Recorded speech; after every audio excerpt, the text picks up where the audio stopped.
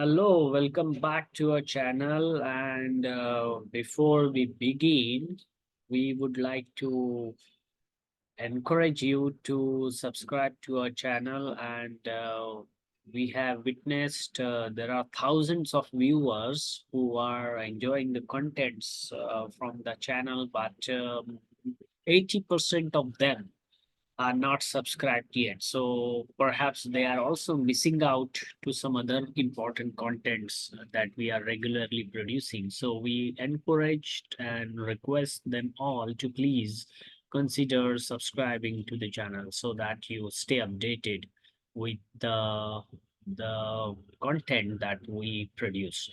Now, welcome back again, and let's start today's discussion. And this time we have brought to you the topic of the common source amplifier using the junction field effect transistors.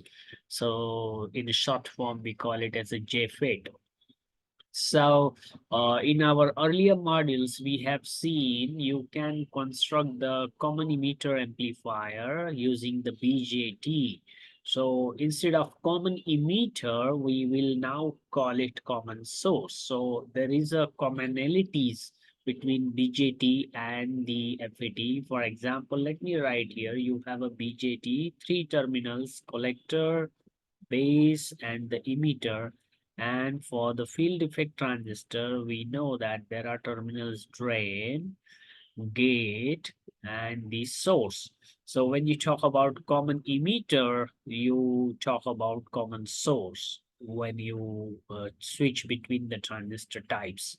Okay, so when you talk about the common base, you talk about the common gate. When you talk about the common collector, you talk about the common drain.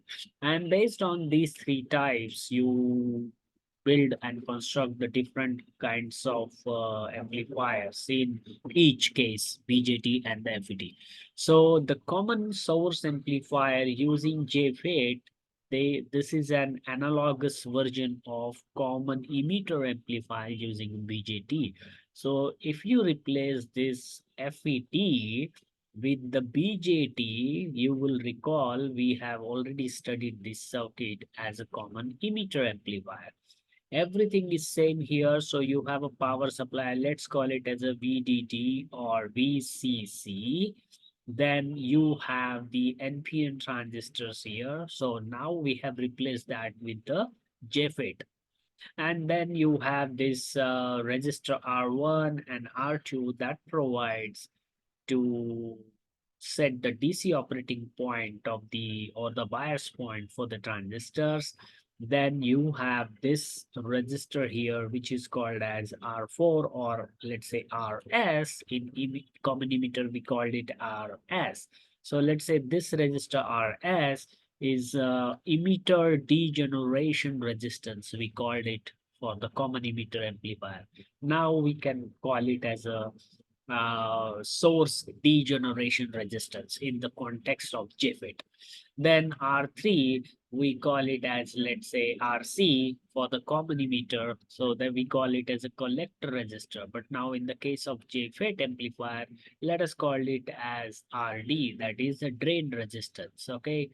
Then we use C1 and C2. They are the coupling capacitors, both at the input side and the output side. Their job is to allow the AC signal to be coupled to the amplifier at the input, and the generated output signal to be coupled to the load at the output.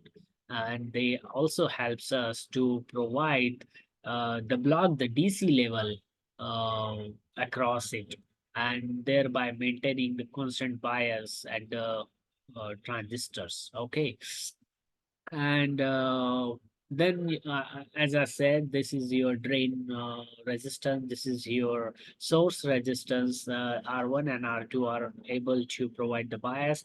There is a load resistance actually. So when you connect the load, it draws the current from the output of the amplifier and accordingly. And this is a common reference point, which is the 0 volt right here. And then you apply AC, small signal AC at the input of the transistor. So in the case of JFET, you have three terminals, drain, you got the gate, and you got the source. So it is also an N-channel FET. N-channel FET means as the direction of the arrow shows, the current flows.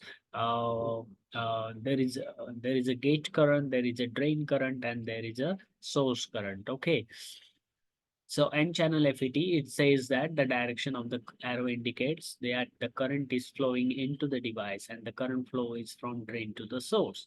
So before we explain these formulas, we can actually have a look at the construction of the FET, specifically the N-channel. When you talk about N-channel FET, you got the three terminal source, you got the drain, and you got the gate. This is actually a gate terminal. Okay.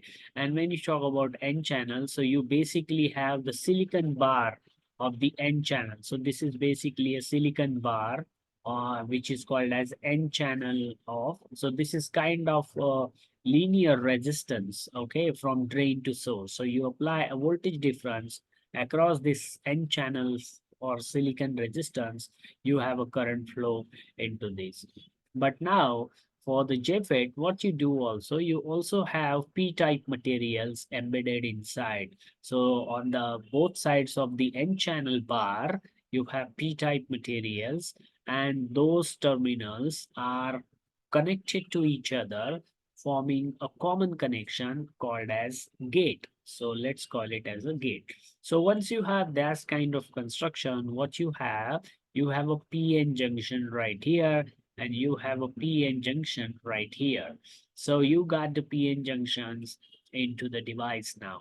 So depends on what kind of polarity you apply to the drain and the source, you and the gate and the source, and the gate and the drain, you will have the depletion region, which is showing like there. So between N and P, you got a depletion region. Depletion region is the region depleted of the charge carriers. We don't have any charge carriers within. You have immobile charge carriers, that is the positive and the negative ions instead. And now let's say your drain is at the positive potential, source is at the negative potential or reference to the ground, let's say, and then there is a current flowing normally through this N channel. And now you apply a gate, a negative potential to the gate. So you got the negative here, you got the positive here. So you can say this P is at the negative and the N side at the drain side is at the positive. So making this junction reverse bias, having more of a depletion region. So this depletion region will extend more, and more towards the drain region. Okay. Similarly, we have said that your source is connected to the negative potential and the gate is also at the negative potential. So here the depletion region is also there, which is formed. But if the gate is at more negative potential than the source, for example, it is grounded to zero and you have a negative voltage at the gate, then here also this depletion region get extended more and more and more towards the source side. This is the same story at this junction also, because that's the symmetry and you have a common connection. So essentially, when you widen the depletion region towards the source side and towards the drain side, depending on the polarity, you are basically extending the area of the depletion region, making this channel block or open, making this channel block or open. So it's a kind of gate. So when you open this gate, when you narrow down this gate by widening the depletion region, the current flow, which is the drain current or IDS, the current that flows from drain to the source, gets modulated or gets controlled. So when you have a large enough depletion region so that the channel is completely blocked, you don't have any current. In that case, IDS or ID is equal to zero. But if you have positive voltage at the gate, that means you don't have any depletion region, and there is a wide channel open now, and this gate, through this gate you have a large amount of IDS. Okay, so that's the construction and the working principle of the JFET. Now coming back to this circuit diagram, we've got this N channel FET. So current is flowing from drain to source. Since the gate is insulated, since the gate is insulated, essentially IG, the gate current is zero. You don't have any current. And the drain current ID is equal to the source current IS. So ID is equal to IS. That's it.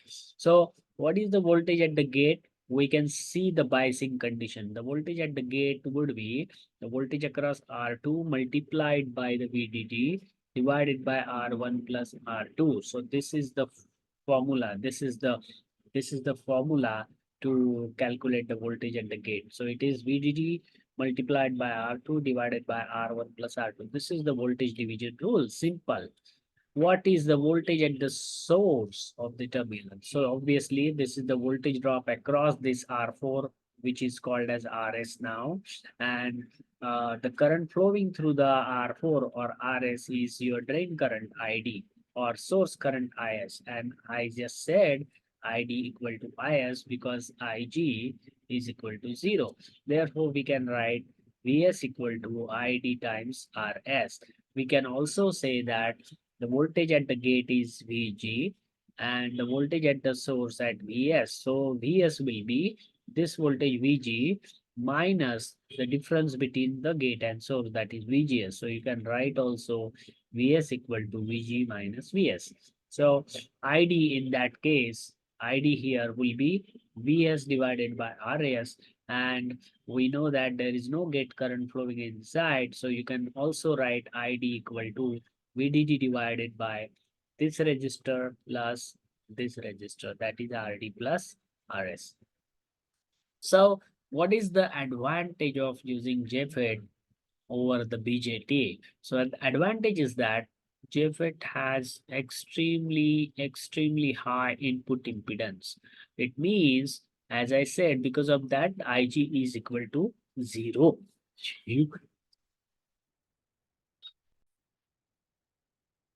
So we would say the IG is equal to 0 because of we have a very high input impedance. And the advantage of that is that this amplifier has a minimum loading on the source because it has a very high input impedance. That means the amplifier will require a lowest possible amount of current to be from the source, to be driven by the source. Okay, so source doesn't have to have a large amount of current to drive the amplifier, and that's because the fitting brings with it a very high input impedance.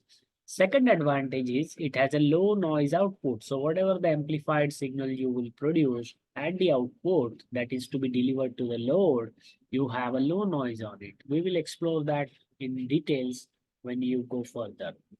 So as I said, it is an N-channel JFET from the construction, and you have to maintain the negative VGS, that is this kind of voltage you want to maintain across the gate and the source terminal that will modulate the current flowing from drain to source.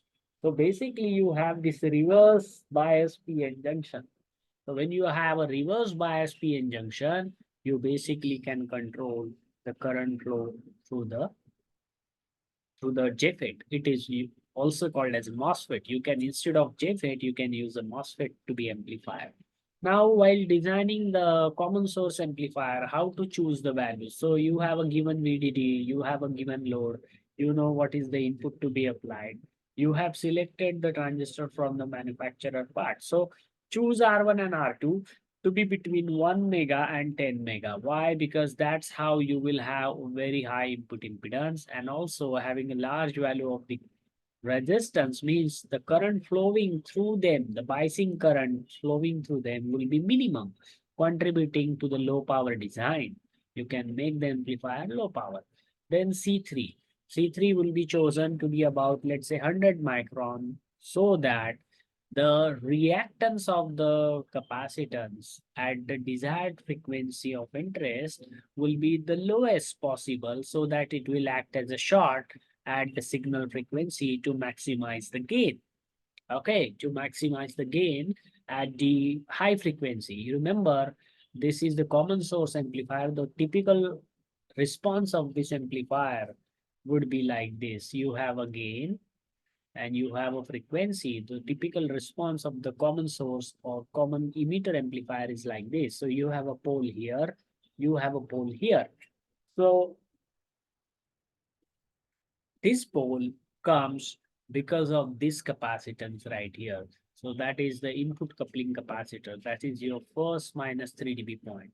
And then this pole comes here due to the output capacitance or the parasitics here. And in between you have a constant gain, right? So C3 acts as a short at the very high frequencies so that this resistor is not tear into the circuit and the gain is increased at the high frequency. So that's the advantage. So hope you understood this video and you understood the working principle. Stay tuned for more and share it with others for a wider reach and wish you happy learning.